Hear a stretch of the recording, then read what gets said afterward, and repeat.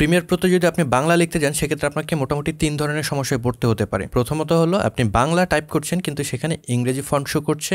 দ্বিতীয় যে প্রবলেম সেটা হলো বাংলা টাইপ করছেন বাট সেখানে বক্স সাইন চলে আসছে।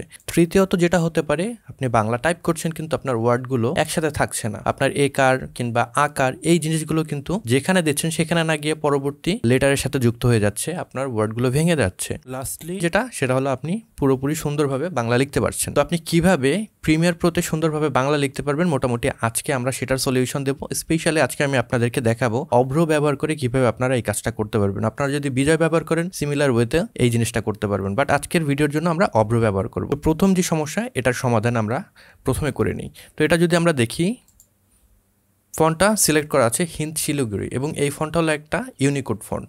তো আমরা মূল প্রবলেমে যাওয়ার আগে এই জিনিসটা একটু ক্লিয়ার হওয়া দরকার। সেটা হলো মূলত দুই ধরনের ফন্ট অ্যাভেলেবেল রয়েছে। আমরা যদি বাংলা লিখতে যাই, একটা হলো ANSI আর একটা হলো ইউনিকোড। ইউনিকোড ফন্ট যখন আপনি ব্যবহার করবেন সেক্ষেত্রে আপনাকে অবশ্যই অভ্রতে ইউনিকোড যে আউটপুট সেটা ব্যবহার করতে হবে। আমি যদি আপনাদেরকে একটু দেখাই, অভ্র কিবোর্ডে যদি যান, এখান থেকে আপনারা যদি টুলসে যান আপনারা দেখবেন আউটপুট অ্যাজ ইউনিকোড এটা সিলেক্ট করা থাকে বাই ডিফল্ট।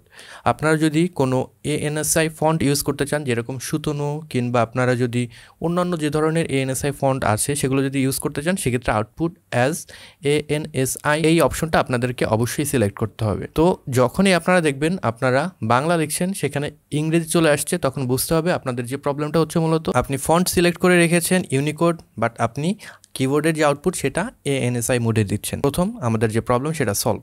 তো আমরা যদি এখন এটাকে একটু দেখি, আমাদের এখানে আউটপুট যদি আমরা টুলসে যাব আউটপুট দেবো আমরা ANSI, দেন আমি ইউজ ANSI এনিওয়ে দেব। এখান থেকে ANSI ফন্ট যেটা সেটা সিলেক্ট করব। এক্ষেত্রে আমি এখান থেকে সুতনু সিলেক্ট করি।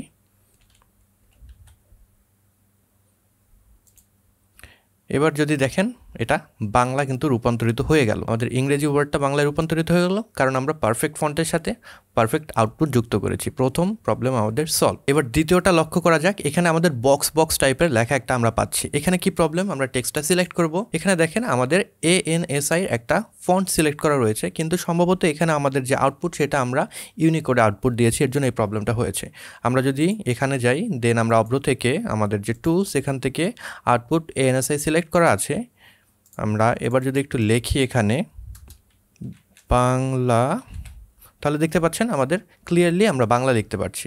এই প্রবলেমটারও সলিউশন হয়ে গেল। তৃতীয় যে প্রবলেম সেটা হলো এখানে আমাদের সোনার বাংলাদেশ আমি লিখেছি ঠিকই বাট আমার যে ওয়ার্ডগুলো সেটা ভেঙে গিয়েছে। আমাদের শয়ের সাথে ওকার হওয়ার কথা কিন্তু সেটা না হয়ে মাঝখানে চলে গিয়েছে। তো এই প্রবলেমটা হয় মূলত আমাদের একটা সেটিংসের কারণে। আমরা যদি এডিটে যাই তারপর যদি প্রেফারেন্সে যাই, এখানে গ্রাফিক্সের ভিতরে আমরা একটা সেটিংস পাবো। তো এইখানে যে প্রবলেমটা হয় সেটা হলো এই জায়গায় যদি আমাদের European and east Asian select করা থাকে সেক্ষেত্রে আমাদের এই প্রবলেমটা হয়ে থাকে। তো আমি এখানে প্রথমে একটু আপনাদেরকে দেখাই প্রবলেমটা কীভাবে হয়। আমি নতুন এক জায়গায় টাইপ করলাম, আমার কিবোর্ডের যে সেটিং সেটা আমি একটু চেঞ্জ করে নিই। আমি ইউনিকোড ইউজ করব অ্যান্ড অফকোর্স আমাদের যে ফন্ট সেটা আমরা পরবর্তী সময় চেঞ্জ করব। আমরা এখান থেকে ক্লিক করলাম, আমরা ফন্ট এখান থেকে দিয়ে দিলাম হিন্দ শিলিগুড়ি যেটা একটা ইউনিকোড ফন্ট। এবার যদি আমি এখানে লিখতে যাই আমার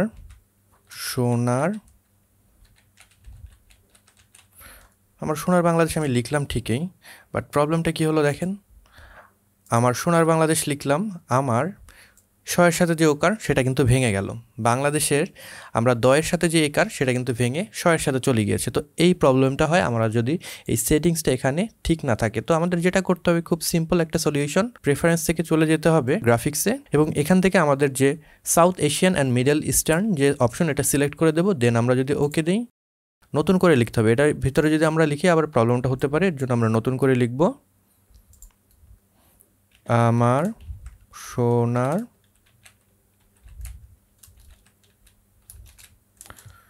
তো হয়ে গেল, সবগুলোর সমাধান কিন্তু আমরা পেয়ে গেলাম। মোটামুটি 3 ধরনের প্রবলেম হয়, 3 ধরনের প্রবলেমের সলিউশন কিন্তু আমরা পেয়ে গেলাম। আপনার যে প্রবলেম সেই প্রবলেমটা এখান থেকে আইডেন্টিফাই করে দেন আপনি সলিউশনটা করে ফেলতে পারবেন। যদি বাংলা লিখতে গিয়ে ইংরেজি আসে সেটার এক ধরনের সলিউশন, যদি বক্স আসে সেটার এক ধরনের সলিউশন, আর যদি ভেঙে যায় লেখা সেটার আরেক ধরনের সলিউশন। আশা করি আপনাদের প্রবলেম এখান থেকে আপনারা সলভ করতে পারবেন। তো এই ছিল আজকের ভিডিও। আশা করি ভিডিওটি আপনাদের ভালো লেগেছে। যদি ভালো লেগে থাকে তাহলে অবশ্যই লাইক করবেন, কমেন্ট করতে ভুলবেন না, আপনার বন্ধুদের সাথে শেয়ার করতে পারবেন। আর আমি খেয়াল করেছি আপনারা আমার ভিডিও যারা দেখেন তার ভিতরে 70 50% মানুষ কিন্তু এই চ্যানেলটি এখনও সাবস্ক্রাইব করেননি। আপনি যদি সেরকমটি হয়ে থাকেন তাহলে অবশ্যই চ্যানেলটি সাবস্ক্রাইব করে আপনার এই চ্যানেলের প্রতি যে ভালোবাসা সেটা প্রকাশ করতে পারেন। পরবর্তী ভিডিওতে নতুন কোনো বিষয় নিয়ে আবার দেখা হচ্ছে। Until then, good by.